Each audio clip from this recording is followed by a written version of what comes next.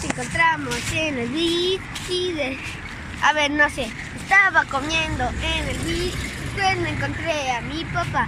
Tal vez el destino nos unió para estar juntos toda la vida, ¿o sí? Hola amigos, ¿cómo están? Bienvenidos a la saga parental.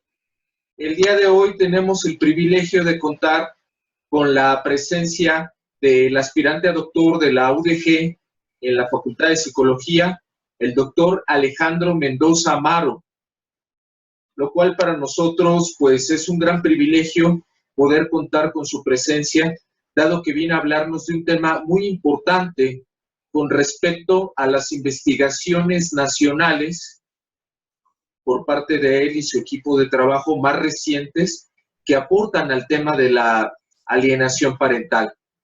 Entonces, por favor, doctor, queremos que usted nos diga, pues, cómo ha sido su trayectoria y también el nombre de lo que nos va a presentar el día de hoy. Ok, pues muchas gracias, Lenin. Agradezco tu invitación a tu serie de entrevistas de Saga Parental. Y pues bueno, el acercamiento al tema de la alienación parental pues se dio por una circunstancia transitoria familiar. Sin embargo, pues al ser mi primera formación psicólogo, y al ser la psicología y el área de la salud, pues mi pasión, cuando tuve la oportunidad de entrar al doctorado en psicología, que es un doctorado interinstitucional, mi protocolo para el propedéutico fue el perfil psicométrico del padre alienador, así lo definí, ¿no? Entonces, quería encontrar una asociación entre lo que son los esquemas los esquemas cognitivos de un instrumento psicométrico propio del enfoque cognitivo-conductual, de los esquemas emocionales de Robert Leahy. Entonces, pues bueno, en ese camino fue que el tema se conserva, ¿no? Inicialmente me habían propuesto nada más quedarme en lo que era la validación a la población mexicana del instrumento de Robert Leahy, pero posteriormente hubo un receso en el doctorado, retomo el tema y me quedo ya de lleno con la alienación parental. Entonces, pues bueno, fue un poco fortuito el tema, cambié de cuerpo tutoral. Antes, en un inicio, tenía la doctora Teresita de Jesús Villaseñor. Posteriormente me asignan a la doctora Fabiola González Betanzos como asesora del proyecto. Y en ese cambio, en ese giro que se dio, pues bueno, me sentí muy agradecido en poder centrarme de lleno en el tema de la alienación parental. Como es un tema que pues tanto mi asesora como que está pues en cierto punto incipiente si lo comparamos con otros temas, ¿no? Si nosotros ponemos en un buscador científico la palabra depresión, pues salen cientos de miles de artículos publicados, desde revisiones, metaanálisis, artículos de Cochrane, etcétera, ¿no? Entonces, en el tema de la alienación parental, si ya son varios decenas de miles de estudios publicados, pues bueno, los estudios de revisión sistemática, los estudios de revisión bibliométrica, pues apenas los podemos contar con una o con dos dedos de las manos, ¿no? Entonces son muy pocos aún. Y pues lo que me propuso mi asesora es, primero hagamos un estudio bibliométrico, después analicemos la necesidad en el medio. Entonces me propuso que hiciéramos una encuesta en el Poder Judicial de Michoacán, resultados que aún estamos redactando y procesando para publicar, Y por último, la última estrategia fue diseñar un instrumento psicométrico para escolares sobre alienación parental. Ahí pues vamos a medio camino.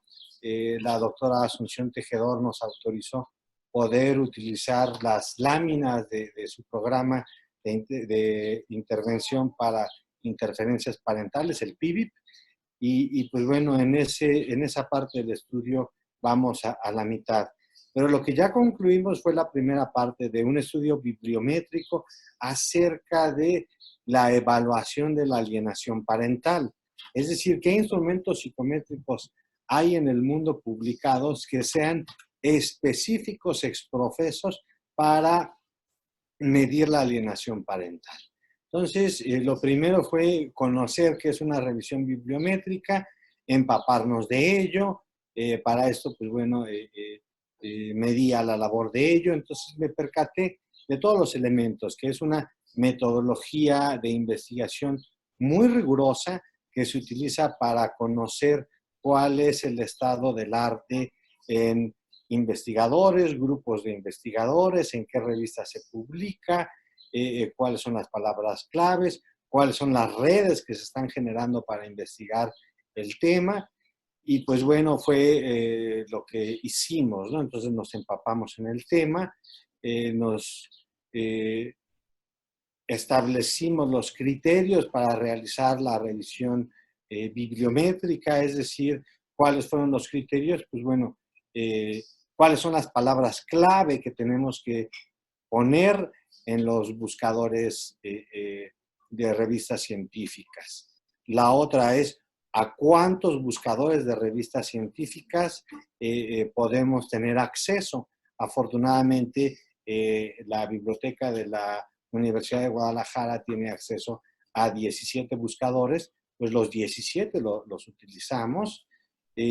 Otra de las cosas que nos tocó definir es hacer una apuesta, es decir, ¿cuántos autores en este nuevo milenio están haciendo referencia aún al concepto original de Richard Gardner, haciendo referencia como síndrome, es decir, que dentro de lo que es los antecedentes de la investigación, hagan referencia a Richard Gardner. Y nos dimos cuenta que todo el mundo en habla inglesa sigue refiriendo a Richard Gardner en sus antecedentes como los estudios clásicos del tema, y ahí no hay tanta controversia como en habla hispana.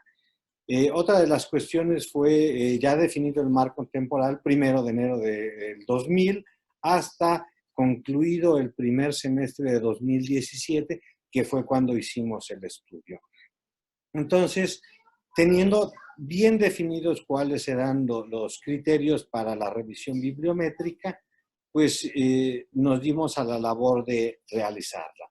Entonces, en cada uno de esos 17 buscadores académicos de alto prestigio, como Oxford Journal, Cambridge Journals, Erich, Medline, Science, Cielo, Sage, Journal, Psych Articles, Wiley y también el Servier, ¿no? que nunca puede faltar.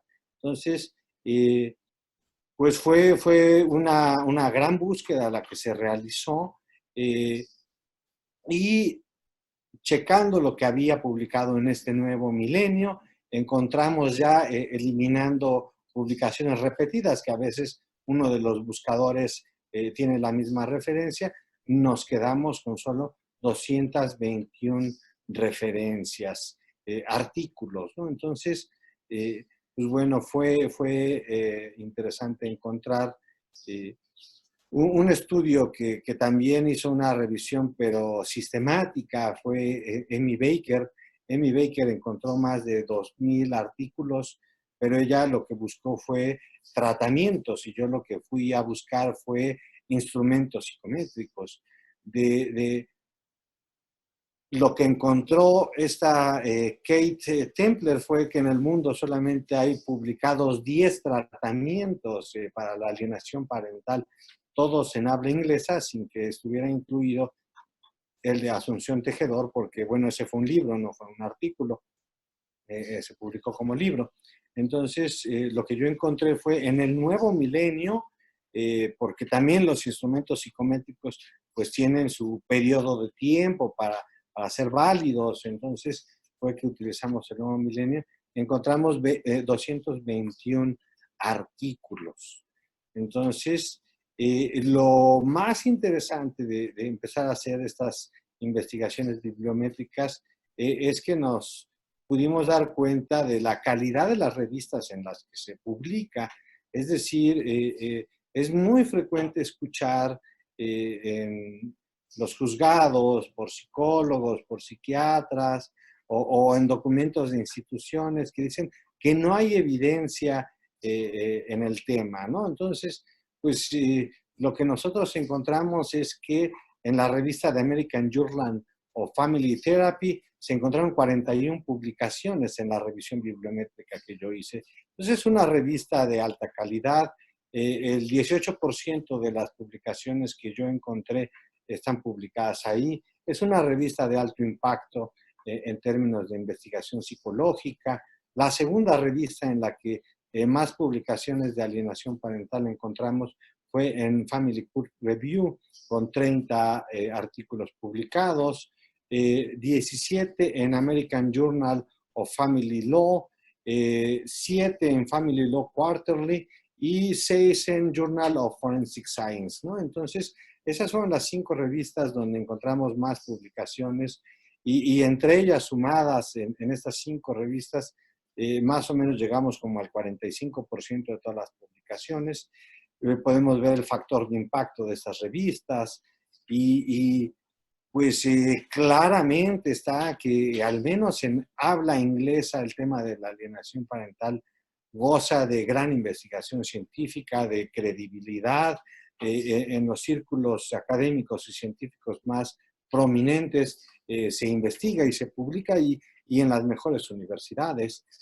Otro de los hallazgos que encontramos de la revisión bibliométrica que hicimos junto con la doctora Fabiola González Betanzos fueron pues, los autores que más han publicado bajo los parámetros que nosotros establecimos. No quiere decir que los autores que encontramos no tengan más publicaciones. Lo que quiere decir Claro. es que en los 17 buscadores con los criterios bibliométricos que nosotros utilizamos, quien más publicaciones tenía es William Burnett. William Burnett, él solo tenía 10 publicaciones. Él es actualmente el investigador de mayor prestigio en el tema, es médico psiquiatra, es miembro fundador del Parental Alienation Study Group y él es profesor en la Universidad de Vanderbilt.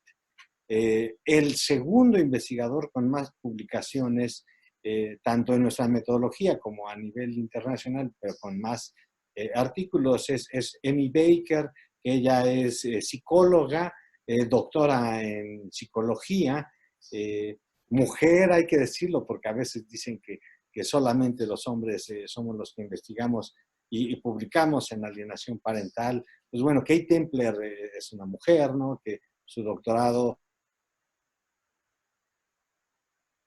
de los tratamientos sistemáticas.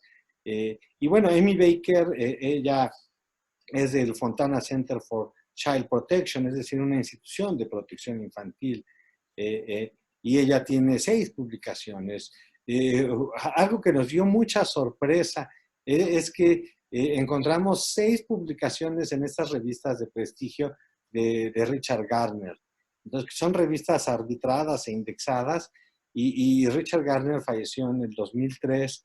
Entonces, en 3 años que abarcaba nuestro periodo de búsqueda, Richard Gardner tenía 6 publicaciones, algunas post-mortem se publicaron, es decir, ya se habían autorizado, ya nada más estaban esperando fecha de publicación, ya el consejo editorial de la revista los había aprobado, y pues bueno, él fue profesor de la Universidad de Columbia. Ira Daniel Turcat fue el cuarto investigador con más publicaciones, 5. Él es doctor en psicología también, de la Universidad de Vanderbilt, también igual que William Bernet. De hecho, él es un investigador muy interesante porque tiene una de las condecoraciones académicas más importantes de Reino Unido, el doctor Turcat. Pues bueno, 5 publicaciones en nuestra metodología. Y Mark Ackerman, también doctor en psicología de la escuela de Wisconsin, de la Escuela Profesional de Psicología de Wisconsin. Entonces, pues bueno, bajo una metodología estricta nos damos cuenta que el tema es completamente vigente. En las revistas más prestigiadas se publica que los investigadores vienen de universidades de prestigio, son líderes de equipo, son autoridad, ¿no? Y los sistemas judiciales de sus países, pues muchas veces los mandan llamar como experto en consideración final bajo el esquema judicial que sea, ¿no? Es decir, como el experto de expertos. Algo más interesante que vimos también dentro de nuestra investigación bibliométrica fue que el 34% de las publicaciones fueron hechas en revistas que corresponden a profesionales del derecho. Es decir, los círculos de investigación de los profesionales del derecho están muy interesados en el tema en todo el mundo. Fueron 75 artículos publicados en revistas del derecho, 62 en revistas de psicología y psicoterapia, 31 se publicaron en revistas que a sí mismas se definen como interdisciplinarias, 18 en revistas de psiquiatría, 9 se publicaron en revistas forenses. Entonces, lo que vemos aquí es que quien lidera el interés de publicar este tema, pues son los profesionales del derecho, ¿no? Porque finalmente es un concepto, es un fenómeno que es más estudiado por los psicólogos, pero que quien tiene que tomar la determinación o quien debe de fundamentar desde tratados internacionales, derechos internacionales, derechos humanos, derechos de los niños, de las mujeres y la legislación de cada país, pues son los abogados, ¿no? Son los que se esgrimen entre sus argumentos y son los que más interesados están en que se publique en el tema, ¿no? 71 publicaciones de 221, pues es bastante, ¿no? Algo que nos hizo percatarnos de la madurez del fenómeno, darnos cuenta que es un fenómeno que va adquiriendo madurez, pero que le falta todavía, es qué tipo de publicaciones fueron. Es decir, de los 221, pues 97 de las publicaciones fueron casos, estudios de casos. Entonces, esto equivale al 43%, 43.9% de lo publicado. Y eso nos indica que hay mucha preocupación clínico-pericial, legal, por dar a conocer la particularidad de cada uno de los casos que van surgiendo, pero pues eso lo vemos cuando un fenómeno apenas va iniciando en ciencia. La segunda clase de artículos que vimos que se publicaban fueron revisiones de la literatura, pero sin que fuera con una metodología de revisión sistemática. Es decir, autores se adentraban a revisar qué había publicado y, pues bueno, 71 publicaciones sobre revisiones de la literatura. Es decir, buscando a los autores de más prestigio, más prominentes, los conceptos centrales, se hacían las revisiones de estos artículos publicados, y es el 32% de lo publicado. el 9.5% de las publicaciones fueron reseñas de libros. Entonces también es otra de las características. Si bien aquí nosotros no contemplamos los libros, únicamente buscadores de artículos de revistas arbitradas e indexadas, pues bueno, sí vimos que hay muchas reseñas de libros, ¿no? Es decir, expertos en el tema de la alienación parental que en cuanto sale un libro se dan a la labor de estudiarlo a profundidad y hacen una reseña científica del libro, ¿no? Entonces, cerca del 20% de las publicaciones que encontramos hacen referencia a libros y pues bueno, lo que vimos es que en realidad pues revisiones sistemáticas, revisiones bibliométricas, metaanálisis no encontramos ninguno, y pues es muy importante darnos cuenta, ¿no? Cuando nosotros decidimos hacer la revisión bibliométrica de lo que son instrumentos psicométricos en el tema, pues fue porque Kate Templer ya había publicado tratamientos y dentro de las limitaciones que encontró tanto de su estudio como en el tema fue que los 10 tratamientos que ella encontró no había sido posible determinar bajo criterios psicométricos la mejoría. Es decir, los niños y las familias que se someten a estos tratamientos, pues bueno, la impresión de quienes los atendieron y los evaluaron, la impresión clínica es de que sí mejoraron, pero no hay un instrumento psicométrico que diga, iniciaron con tanto puntaje de alienación parental y terminaron el programa con menor puntaje. Entonces, a partir de ahí fue que junto con la doctora Betanzos, mi asesora, dijimos, pues lo que tenemos que investigar es cuántos instrumentos psicométricos hay publicados, ¿no?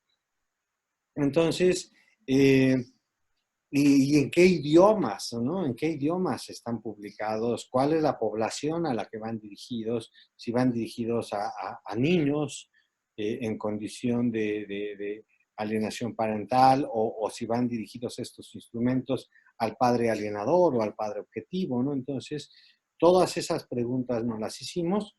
También nos percatamos que hay instrumentos psicométricos dirigidos a investigar la alienación parental en forma retrospectiva. Es decir, yo como investigador, y estos estudios han sido muy útiles, mi pregunta fue, los adultos que fueron expuestos a alienación parental se pueden identificar, se pueden medir mediante un instrumento, y encontramos sí que hay 2 instrumentos psicométricos, 2 cuestionarios, con un adecuado valor de alfa de Cronbach en inglés, y esto pues ha dado pie a investigar los efectos de la alienación parental en los adultos. Entonces, hay 2 estudios en Estados Unidos que conocemos bien, hechos por Baker, por Amy Baker, y uno tercero liderado por Amy Baker, pero hecho en población italiana. Y lo interesante de estos instrumentos psicométricos que se utilizaron en adultos para evaluar la alienación parental retrospectiva es que nos pudimos dar cuenta del impacto de la alienación parental. Es decir, adultos que de niños no fueron expuestos a sus padres y adultos que sí fueron expuestos, hay una diferencia significativa entre ellos, ¿no? Son adultos más ansiosos, son adultos que también puntúan que fueron expuestos a negligencia, a maltrato infantil, perdón, y también nos dimos cuenta que tanto la ansiedad en adultos como el puntaje positivo en maltrato infantil correlaciona independientemente del estilo de crianza, es decir, si fue un padre sobreprotector o si fue un estilo de crianza positivo, aún así, con que haya conductas de alienación parental, esto repercute en que al menos de adultos tengan mayores niveles de ansiedad que aquellos adultos que de niños no fueron expuestos, ¿no? Entonces, hace falta mucho por investigar en cuanto a alienación parental, pero el utilizar los instrumentos psicométricos nos va a permitir tener estudios muy claros en cuanto a credibilidad científica. Es decir, no es lo mismo decir, pues mi impresión como clínico o mi impresión como perito después de 5 años de ver casos en los juzgados es tal, a decir, bueno, este estudio con la metodología, con el instrumento psicométrico hecho en tal población, tiene mayor trascendencia. Entonces, fue por eso que quisimos hacer una revisión bibliométrica en torno a qué instrumentos hay. Nos dimos cuenta que existen 2 instrumentos diseñados para evaluar la alienación parental en padres objetivos. Nos dimos cuenta que solamente hay un instrumento diseñado para evaluar la alienación parental en padres y en hijos. Es decir, al momento en el que hicimos el estudio solamente hay un instrumento psicométrico que además está en portugués, pero se publicó. No, ¿ninguno de estos lo venden en México? No hay instrumentos más que el que publicó la doctora María Cristina Pérez Agüero y que va dirigido a padres objetivos, es decir, a padres alienados. Ese artículo lo tiene publicado ella, pero en su investigación doctoral, Cristina no encontró los valores idóneos desde Alpha de Cronbach para el cuestionario de evaluación en niños. Entonces, también esa es otra de las realidades. La evaluación psicométrica, pues es una área de la ciencia muy compleja. Un instrumento psicométrico, pues es todo un reto, porque se parte primero de la teoría, ¿no? Es decir, yo tengo la teoría, está la teoría de la alienación parental, entonces el investigador que tiene las habilidades para desarrollar instrumentos psicométricos toma esa teoría, a partir de las dimensiones que los teóricos señalan, pues se construyen los ítems. Entonces, los ítems, yo construyo los ítems de acuerdo a cada una de las dimensiones que los teóricos postulan, y a partir de los ítems que se desarrollan, pues bueno, necesito al menos tener 4 ítems para cada dimensión que se desea estudiar. Entonces, si mi teoría me dice que el fenómeno tiene 7 dimensiones, pues bueno, necesito tener 4 ítems para cada una de las dimensiones. Y si quiero tener éxito, pues necesito al menos haber desarrollado el doble de los ítems, porque una vez que aplico el instrumento psicométrico a una población neutra, digamos, por llamarlo así, a una población estándar, muchos de los ítems no van a dar los puntajes con estadística significativa y los tengo que eliminar. También lo que es la rotación de los componentes principales, pues bueno, los ítems a veces, un ítem que yo desarrollé para una dimensión, a veces la estadística me dice que obedece a otra dimensión del fenómeno, y yo como investigador tengo que preguntarme por qué ocurrió eso, ¿no? Si realmente diseñé bien mi ítem o no. Pero previo a eso se debió haber hecho una revisión por expertos, que se le llama a este proceso jueceo. Entonces, muchos de los críticos en torno a la alienación parental dicen, pues es que no hay instrumentos psicométricos. Pues lamento decirles que sí hay instrumentos psicométricos que se están construyendo. El año pasado se publicó uno que no consideramos en mi estudio por las cuestiones de la temporalidad. Es decir, claro. Ya se publicó después a que yo hice mi investigación. Cada vez son más instrumentos psicométricos, pero es un trabajo muy arduo hacer un instrumento psicométrico. Es decir, son años de trabajo. Y después de que hago lo que es la construcción del instrumento, lo que es la revisión por expertos o jueceo, luego lo que es el pilotaje del instrumento, la estadística esencial que tengo que hacer para depurar los ítems, y luego ya lo que sería la aplicación en casos y controles, es decir, en un grupo control y en un grupo de casos que tienen que ser varios cientos de evaluaciones con, aparte, otros instrumentos psicométricos para hacer estudios de correlación.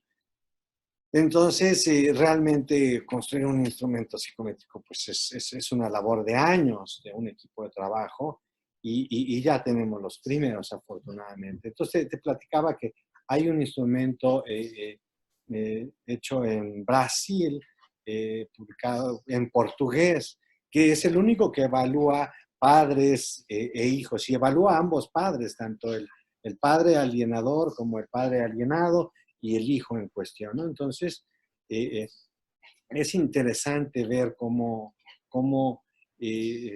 pues los equipos de investigación en el mundo se están esforzando por dar más herramientas a los clínicos, por dar más herramientas a los peritos para que puedan fundamentar su trabajo, ¿no? Y pues bueno, son las explicaciones, son las respuestas que hemos ido encontrando a lo largo de haber hecho esta revisión bibliométrica. También nos pudimos percatar que no hay estudios experimentales y eso es por una razón obvia, ¿no? A veces dicen, pues es que no hay estudios experimentales en el tema de la alienación parental. Pues bioéticamente no es posible hacer un estudio experimental, es decir, yo no puedo someter a un niño a conductas de alienación parental, aunque sean simuladas por unos padres, porque es estarlo sometiendo a un tipo de violencia. Una tortura. Yo no puedo tener, ni jamás existirá un estudio experimental ni cuasi experimental en materia de alienación parental. Lo único que vamos a encontrar son estudios de casos y controles, es decir, pues los casos que se identifican en los juzgados, que los mandan a evaluación con los peritos y evaluaciones con misma metodología hecho a población sin esta problemática, ¿no? Entonces, una duda, ¿ahí entraría la fenomenología? La fenomenología es otra clase de estudios y fíjate que es un campo apasionante. Nos tocó discutir un poquito el estudio fenomenológico de la alienación parental en Colombia. Y yo llevaba fresco el tema porque como es un concepto que nace de la clínica y nace de la clínica de los psicoterapeutas y de los psiquiatras, que antes de Richard Gardner, la escuela de Palo Alto le dio ciertos nombres, que era bajo el esquema sistémico familiar, ¿no? Entonces, cuando nos vamos a estudiar la fenomenología de la medicina, de lo que son los síndromes en la medicina, llegué a un autor que habla de que la medicina moderna pues nace a partir de los estudios de laboratorio, de los estudios de imagen, porque antes lo único que teníamos los médicos era pues el interrogatorio con el paciente y la exploración física del paciente, ¿no? Entonces, era lo único que teníamos para poder llegar a un diagnóstico y a partir de ahí establecer un pronóstico y un tratamiento. Entonces, lo que vimos primero es que hay más de 10,000 síndromes en medicina descritos. Entonces, es un mundo de síndromes, porque pues, desde que la labor del médico nace junto con la humanidad a la fecha, pues los médicos fueron describiendo estas enfermedades llamándolas síndromes. Y nos dimos cuenta que es un epifenómeno. La enfermedad es un epifenómeno, es decir, lo que ve el médico, lo que ve los familiares del paciente y lo que percibe el paciente, la enfermedad es un epifenómeno, es decir, vemos las manifestaciones de lo que ocurre en el interior del organismo, lo que en medicina llamamos fisiopatología. Entonces, la fisiopatología es una inferencia del fenómeno y lo que vemos del paciente y de su exploración es el epifenómeno, es decir, las manifestaciones, lo que está por encima del fenómeno, epi por encima, ¿no? Entonces, y si nosotros trasladamos esto al plano de la psiquiatría, de la psicoterapia, de la psicopatología, pues lo que vemos son, la psicopatología son epifenómenos. Ajá. Y nuestros postulados teóricos sería como la fisiopatología, es decir, el sustrato, ¿no? Lo que los psicoanalistas llaman el inconsciente, el preconsciente, ¿no? Es decir, entonces, la alienación parental en realidad es un epifenómeno. Y lo que nosotros vemos son conductas alienadas o alienantes. Es decir, la conducta alienante sería las conductas que observamos en uno de los padres. Y conductas alienadas serían las que observamos en el niño. Y lo que es toda la teoría de rechazo de las interferencias parentales, llamémosle como las llamemos, trastorno de alienación parental a secas o síndrome de alienación parental, niños rechazadores, lealtades invisibles,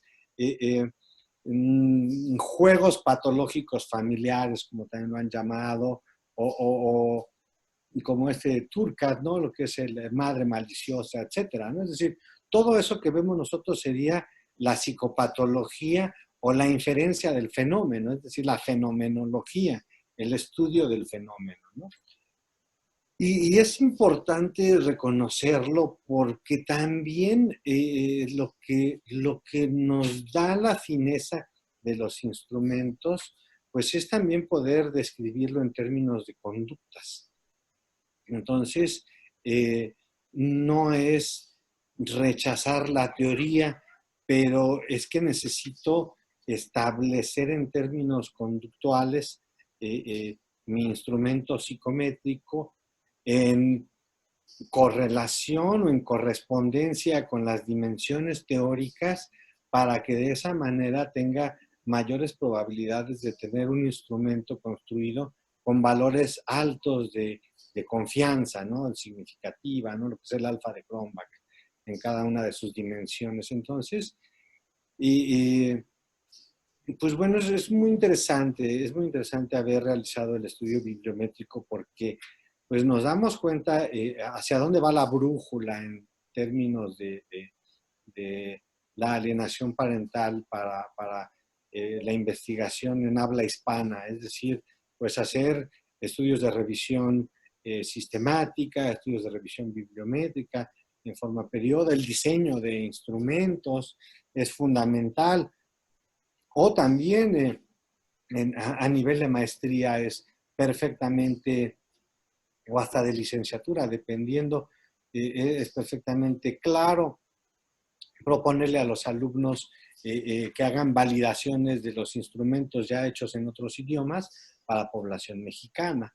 Es decir, los estudios de validación transcultural o estudios de validación entre un idioma y otro, pues son metodologías muy claras.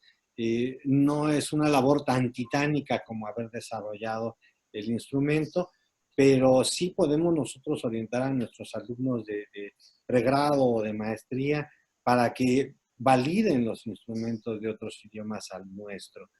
Es fundamental poder hacer esto. Los estudios retrospectivos, pues bueno, también es importante hacerlos o generar encuestas. Mi asesora, la doctora Fabiola González, hace poco que nos reunimos, me comentó que ella hizo con sus estudiantes de licenciatura de la materia de psicometría un estudio que le salió una correlación inversa entre bienestar y alienación parental. Entonces, así como Amy Baker, en alumnos universitarios les aplicó una encuesta y midió al mismo tiempo el alfa de Cronbach de su encuesta para ver la confiabilidad entre conductas alienantes que hubiesen sido expuestos los alumnos de padres divorciados contra alumnos de padres no separados ni divorciados que no hayan sido también expuestos a conductas similares o análogas, y encontró en jóvenes, adultos jóvenes, estudiantes universitarios de la Michoacana, una disminución significativa con una escala psicométrica de bienestar psicológico.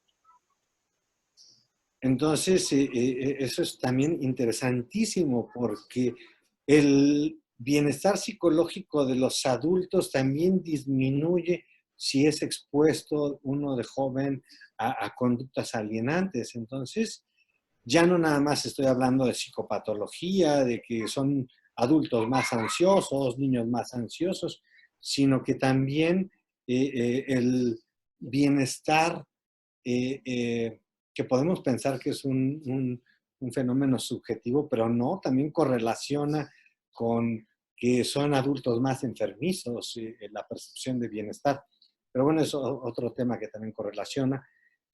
Está asociado a conductas alienantes, ¿no? Entonces, pues bueno, a mí no me cabe duda que investigadores o profesionales, ¿no? Porque bueno, aún todavía no concluyen a cabalidad. También es muy interesante, ¿no? Haciendo un paréntesis de todo esto, decían que investigar y no publicar es en sí una falta ética. Y coincido, ¿no? Porque, bueno, no publicas por dos razones, porque te salieron resultados negativos o porque simple y sencillamente te quedaste a la mitad del camino, pero la mayoría de las veces todo mundo investigamos en instituciones públicas. Entonces estamos haciendo uso del dinero de la sociedad, del erario público que se aplica al sector salud o al sector de lo que sería de la justicia, ¿no? Pero hacemos uso del dinero público, del dinero de la sociedad, del dinero de los contribuyentes para investigar y no publicamos. Entonces es digamos, es un problema ético, ¿no? Pero se me hace todavía más grave que sin tener los elementos fehacientes de una investigación rigurosa, profesionales opinen que la alienación parental no hay evidencia científica, cuando pues más bien en español es poca la que hay. Eso quiere decir que no buscan en inglés. Lo que nos percatamos nosotros es que el 95% de las publicaciones hechas en el mundo en términos de alienación parental fueron realizadas en revistas de habla inglesa, es decir, solamente un 5% en revistas de habla hispana, utilizando los 17 buscadores científicos, ¿no?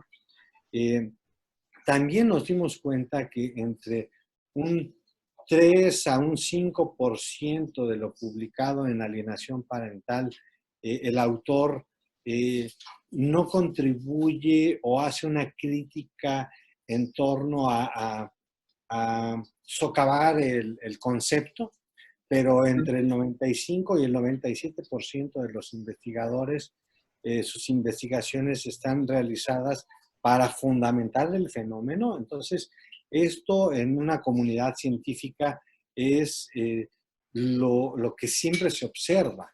Es decir, hay una congruencia de la comunidad científica en aceptar el término. Y hay profesionistas e instituciones de habla hispana que dicen que es un fenómeno en el cual la comunidad científica no está puesta de acuerdo. Pues lamento decirles que está la comunidad científica en un 95 a 97% con publicaciones que fortalecen el constructo. Me permitió a mí darme cuenta de una cosa. Ya cuando llegué al final de la investigación bibliométrica, me permitió darme cuenta, uno, que las publicaciones hechas en revistas indexadas que publicó al final de su vida Richard Gardner eran completamente profesionales. Dos, las que son de dominio público en habla inglesa, también de revistas arbitradas o indexadas, son investigaciones muy bien hechas. Y eso a mí me hizo pues plantearme una pregunta, decir, bueno, pues no creo que sus libros que tanto se critican, la alienación parental de Richard Gardner cuando los escribió estos libros, ahí haya evidencia que señale que construyó esta teoría nada más para defender a padres pedófilos, ¿no? Entonces me di a la labor de comprarlos y pues, me gustaría mostrárselos. Gracias, Alejandro. Oye, también, gracias. Sí, por favor, ahorita te hago una pregunta. Este que es el más viejo de todos, ya se le alcanza a ver el paso del tiempo, que es Refugios de Custodia Infantil, una guía para padres y profesionales de la salud mental. Pues fue el primero que empecé a revisar y realmente es una obra maravillosa. Tiene más de 374 páginas. En ningún punto se observa que utilice todo el conocimiento que hay en torno a la psiquiatría infantil o la psicología, la psicoterapia, para hacer una defensa del abuso sexual. Por el contrario, ahí hay partes en el libro en el que asume una postura en torno al tema del abuso sexual infantil y señala con contundencia, dice, no porque un adulto diga que un menor de edad le pidió que tuvieran relaciones sexuales, el adulto va a acceder. Es como si un niño, pone este ejemplo, se pone como ejemplo, es como si un niño me pidiera un arma cargada y yo como adulto se la diera, ¿no? Entonces, claro. Posición es clarísima en torno al abuso sexual infantil, señala también las repercusiones en los adultos de los niños que fueron abusados sexualmente y manifiesta que no está de acuerdo en ello. Y también enfáticamente cada vez que habla del síndrome de alienación parental, señala que no se puede esgrimir cuando hay indicios de maltrato psicológico, físico o sexual o negligencia infantil. En cualquier caso donde se acredita algún tipo de maltrato infantil, la alienación parental queda descartada. Entonces, eso me encantó. Son libros ya de difícil acceso, quedan pocos ejemplares. Yo me metí a Amazon, a eBay, a librerías norteamericanas, Ave Books, y me ocurrió que la primera compra que hice en Ave Books, los libros se quedaron retenidos en la frontera por situaciones. Entonces me hicieron la devolución de mi dinero y me tocó volver a comprar los libros. Tardaron como 2 meses en llegar porque además los sistemas de mensajería, cuando es la venta de un particular a otro, uno pensaría que la Unión Americana tiene sistemas de distribución instantáneos, como cuando es una gran empresa, tardan mucho tiempo en llegar. Claro. Y este libro también de True and False, acusaciones falsas y verdaderas de abuso sexual infantil, que fue uno de sus libros, también es un libro excelente.